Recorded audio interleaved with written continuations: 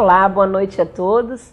Com a presença do deputado Gerson Berger, infelizmente sem a participação do jornalista Pedro do Couto, o programa Eu e Você está no ar mais uma vez e com vários assuntos que esperamos sejam do agrado de todos vocês. Nós vamos falar das farras políticas que fazem os nossos parlamentares com aviões da FAB. Falaremos ainda de uma pesquisa recente que mostra o descrédito da população nos partidos, nos políticos, na polícia e até no judiciário. Traremos uma entrevista com o doutor Aquiles Melfrim, que falará sobre doença de Parkinson. E por último, mais uma denúncia de apologia ao nazismo que nós fomos apurar. Encontramos um painel na frente de um centro cultural no equipamento da Prefeitura do Rio de Janeiro. Bom, Gerson, mas antes de entrar diretamente nos assuntos de hoje, eu vou fazer um comentário muito rápido. A presidente Dilma Rousseff parece que muito nervosa, eu acho que não é para menos. Nós temos aí problemas com inflação, alta do dólar, tanta coisa, sua queda nas pesquisas também, mas a gente não aprova, por exemplo, quando há alguma ofensa à presidente, diretamente à pessoa dela. E foi o que aconteceu no encontro da Confederação Nacional dos Municípios, organizada lá em Brasília, quando a presidente iria anunciar o repasse de verbas para os municípios. Parece que não agradou aos prefeitos a sua fala e ela acabou sendo vaiada. Eu sou contra esta posição. E você, Gerson? Eu quero dizer o seguinte: não votei na atual presidente do Brasil, não vou votar provavelmente outra vez na sua nova candidatura, tenho pontos de vista completamente diferentes, mas detesto a palavra vaia. Quando nós não concordamos com alguma coisa, com uma pessoa como ela, que foi eleita democraticamente, mantemos-nos em silêncio, não aplaudimos, mas não vaiamos. Vaiar é uma pessoa que pensa uma coisa que eu acho que está errada, mas que ela pensa. Vaiar significa zombaria. Eu não zombo e acho que não temos que zombar do presidente do Brasil de maneira nenhuma.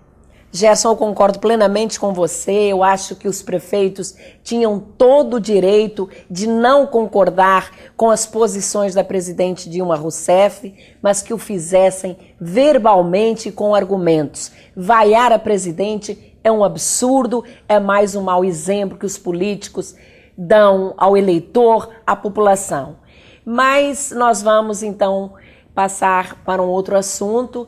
Na semana passada, falamos aqui no programa, Gerson, da nossa esperança em mudanças positivas no quadro da política nacional e que são decorrência dos diversos protestos ocorridos no nosso país. Infelizmente, alguns congressistas não entenderam, ou melhor, não quiseram entender o recado e as mensagens contidas na voz do povo nas ruas, que exige decência e um basta aos privilégios. A começar pelo presidente da Câmara Federal, Henrique Alves, que teve o desplante de sair de Natal num jato da FAB, acompanhado da família, para vir ao Rio de Janeiro assistir no Maracanã a final do jogo Brasil e Espanha.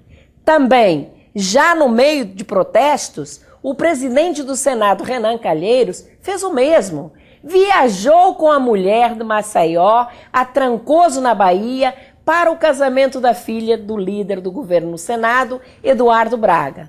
Pergunto a você, Gerson, é possível a nossa população acreditar que políticos como Renan e Henrique Alves possam conduzir a moralização de nosso país, atendendo, claro, ao anseio popular, quando mais parece que vivem num outro mundo, totalmente dissociado da atual realidade, divorciados da moralidade, confundindo o que é público com o privado, sem nenhum pudor. Eu quero te ouvir, Gerson. Tereza, é isso. Botou lenha na fogueira. Tem que se compreender isso claramente e não esconder. Diga-se de passagem, tudo isso diante do silêncio de seus companheiros da Câmara e Senado. Nenhuma voz disse basta! E as desculpas. Veja o Henrique Alves. Veio de avião da FAB porque tinha um encontro oficial na casa do prefeito Eduardo Paes, exatamente no sábado, véspera da final da Copa das Confederações. O Renan disse que ia a um casamento na Bahia. Foi um compromisso de representação com o presidente de um poder. Que vergonha! Quando veio a grita da imprensa, tiveram que pedir desculpas, como fez o Henrique Alves, que teve a coragem de chamar de equívoco. Equívoco! A pouca vergonha, prometendo devolver aos cofres públicos a ridícula importância de R$ 9.700, comparando com o custo de um frete de avião particular que naquela data chegaria a custar, no mínimo, R$ 158 mil. O Renan também mudou de opinião. Aí agora resolveu devolver 32 mil aos cofres públicos. Com a cara mais limpa, como se não tivesse dito nada. E olha, Tereza, que o Renan Calheiros amargou este ano um repúdio inédito da população brasileira. 1,5 milhão de assinaturas de cidadãos que exigiam sua saída da presidência do Senado. Infelizmente, continua faltando decência e transparência a determinados políticos. Por isso que a população, especialmente os jovens, deram o seu grito de basta de tanta vergonha. Aleluia! Ô Gerson, você foi perfeito. E olha que o Renan Calheiros, a princípio, não queria devolver nada. Ele foi à Bahia, como você disse, representando um poder. Que cara de pau. E por esta razão que eu acho que comportamento como o destes dois, Renan e Henrique Alves, reacende a cada dia no eleitor o estímulo para continuar os protestos e as manifestações. O tom da revolta em relação ao exagero nas despesas com a Copa e com os Jogos Olímpicos futuros esteve muito presente nas manifestações de rua. A população aprendeu o caminho e vai exigir mais eficiência dos políticos. E, acima de tudo, que deem exemplo de austeridade. Vejam que um dos focos principais das manifestações foi a saúde pública, que está uma vergonha. As pessoas chegam a ficar 8 meses numa fila para conseguir uma consulta. Depois, mais 8 para fazer exames. E muitas vezes acabam morrendo. A superlotação das emergências dos grandes hospitais continua vergonhosa. E ainda há aqueles que dizem que a expectativa de vida no Brasil aumentou, a mortalidade infantil foi reduzida. E daí? Reduziu porque era brutal e aumentou a expectativa de vida porque era muito baixa. Somos a 8ª economia do mundo, mas que absolutamente não se reflete nos serviços públicos prestados à sociedade. Infelizmente, apenas propicia mordomias e privilégios para alguns, como os dois citados há pouco, Henrique Alves e Renan Calheiros. Você não acha, Gerson? É isso, Tereza. Acho que tudo que você disse em relação aos políticos foi respondido na pesquisa, na última pesquisa, que mostrou que 81% dos partidos são corruptos.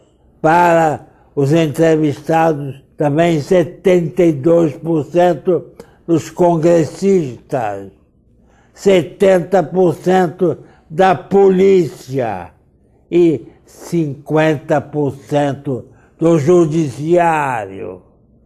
Uma lástima.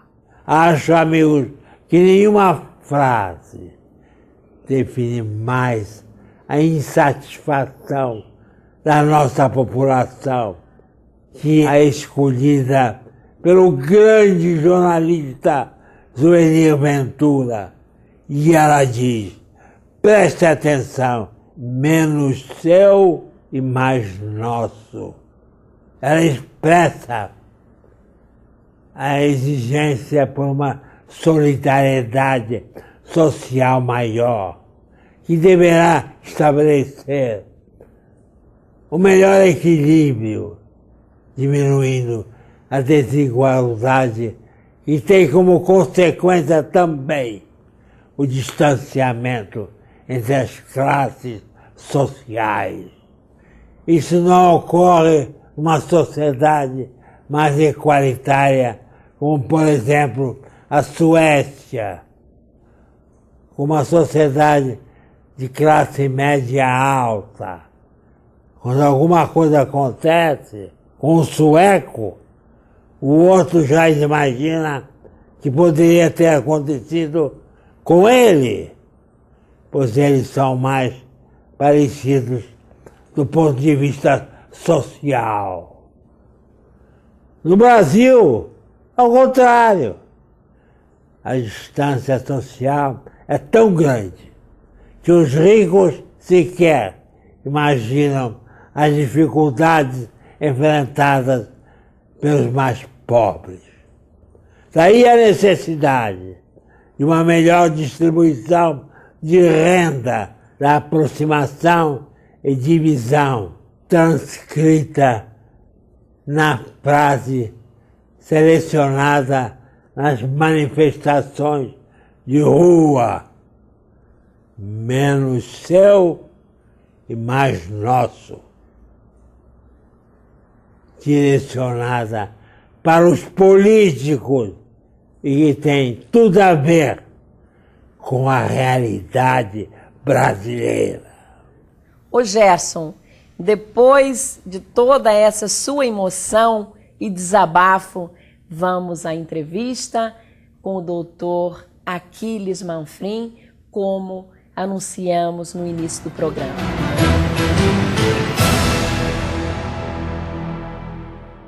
Bom, minha gente, mas hoje temos a alegria de ter em nosso programa um querido amigo, o doutor Aquiles Manfrim, que, atendendo ao nosso pedido, ele nos falará sobre doença de Parkinson, que atende uma significativa parcela da população do nosso país. Boa noite, Tereza, boa noite a todos. É um prazer estar aqui com vocês, atendendo a esse gentil convite da vereadora Tereza, para tentar dar alguns esclarecimentos sobre o tema em questão. A doença de Parkinson foi descrita por James Parkinson em 1817. Ela, fundamentalmente, ela é uma afecção degenerativa do sistema nervoso e que se caracteriza por uma evolução crônica, progressiva e que acomete o sistema motor. Em torno de 150 casos por 100 mil habitantes é a incidência da doença de Parkinson.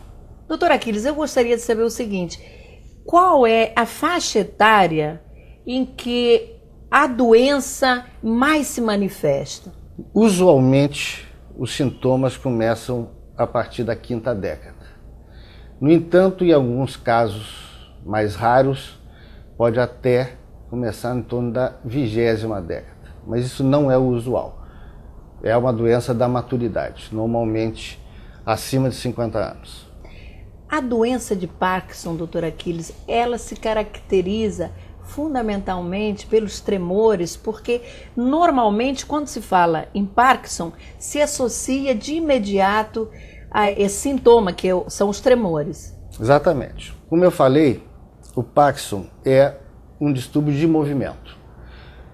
O tremor faz parte do distúrbio de movimento, mas esse sintoma não é exclusivo da doença de Parkinson. No caso do Parkinson, normalmente ele começa em uma das mãos e depois evolui para o membro inferior daquele mesmo lado. Já existem outros tipos de tremor, que um deles é o tremor essencial, que caracteriza-se por tremor mais simétrico e comprometendo também pescoço. Não é somente o tremor que aparece nessa patologia. Existe também a rigidez e existem várias manifestações dela, tipo alteração da palavra, alteração na deglutição, alteração no andar, muitas vezes dores musculares, tudo isso fazendo parte dos sintomas do Parkinson. Existe algum exame para diagnosticar a doença de Parkinson?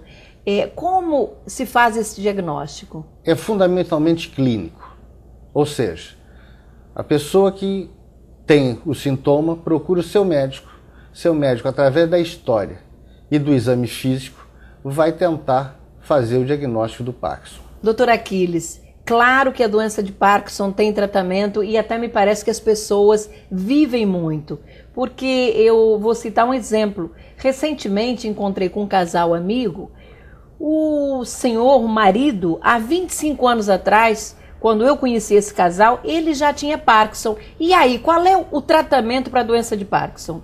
O tratamento para a doença de Parkinson, fundamentalmente, é o tratamento medicamentoso.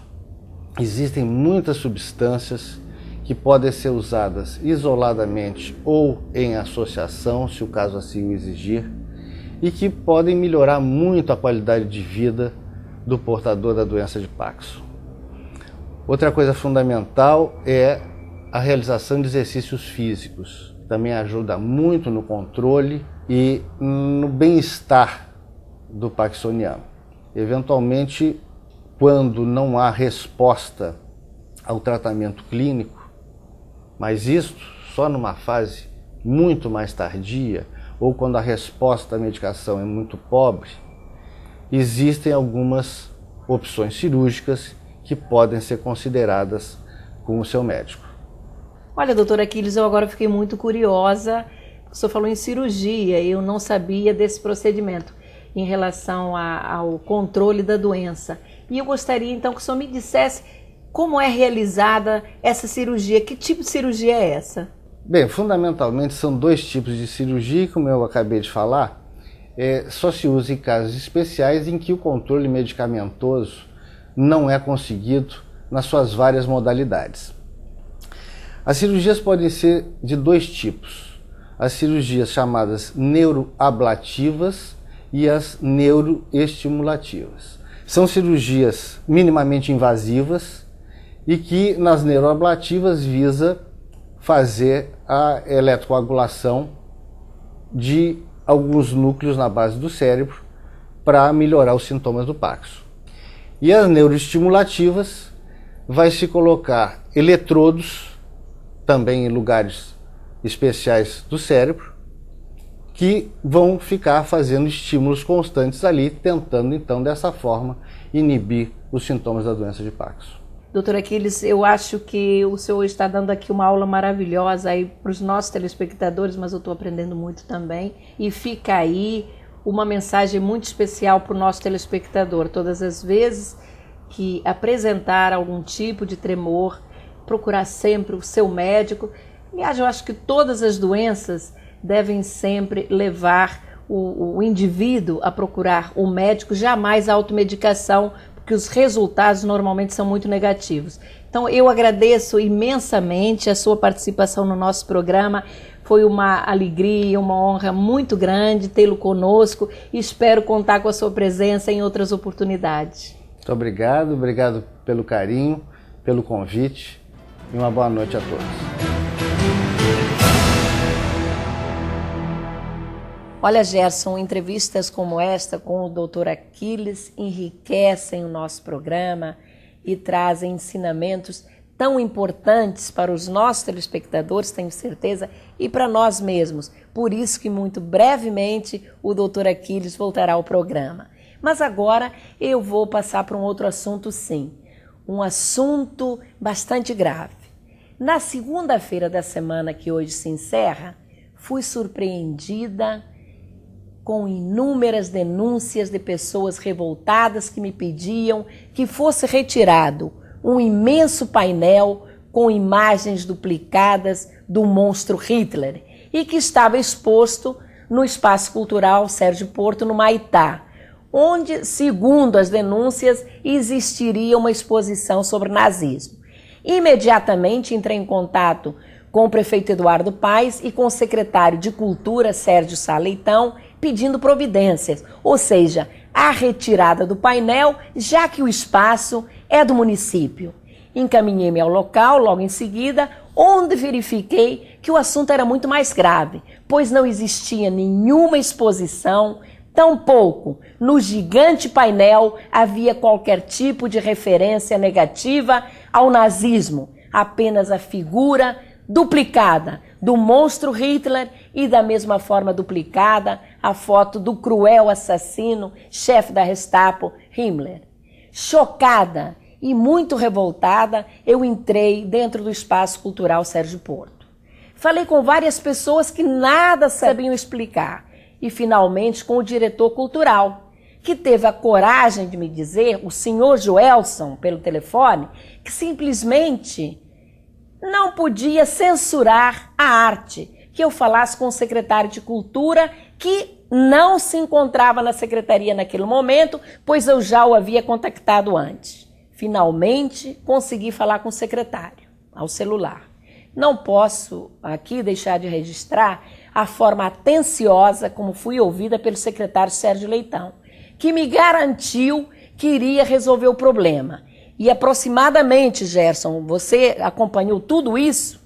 1 hora depois ele me telefonou informando que estava no local e que aquilo era realmente uma aberração. E já teria falado com o grupo coletivo gráfico, que era o responsável pela colocação do painel, que tem um contrato com a prefeitura, e o grupo me pedia desculpas, pois não quiseram ofender a comunidade judaica. No que eu imediatamente contestei, dizendo que a ofensa não era a comunidade judaica, mas sim também a todas as minorias, vítimas do nazismo e a toda a humanidade. Afinal de contas, o nazismo matou 50 milhões de pessoas. O painel foi imediatamente retirado. No entanto, eu questiono a intenção do grupo coletivo quando afirma que o painel tinha como objetivo contestar a truculência da polícia, a vida nas ruas durante os protestos. Que infeliz comparação. Comparar a truculência policial com o assassinato de milhões de judeus e milhares de outras minorias vítimas do nazismo? E se houve essa intenção, por que não fizeram alguma referência a ela, transcrevendo no painel? A assessoria jurídica do meu gabinete está analisando com rigor o fato e a possível entrada de uma representação junto ao Ministério Público, porque ainda não estamos satisfeitos. Tereza, se me permite, para o devido esclarecimento. O prefeito te mandou um e-mail dizendo que o secretário de Cultura lhe havia comunicado as providências tomadas a respeito desse caso. Também era o mínimo que ele poderia fazer depois dessa comida de mosca. Nós estamos sempre atentos, é isso? Não passa nada, não passa. Sempre atentos. Obrigada, Gerson, pela sua participação, pois o nosso tempo acabou. O nosso especial agradecimento a você, telespectador. Nos encontramos no próximo domingo, às 8 horas da noite, aqui na CNT. Até lá!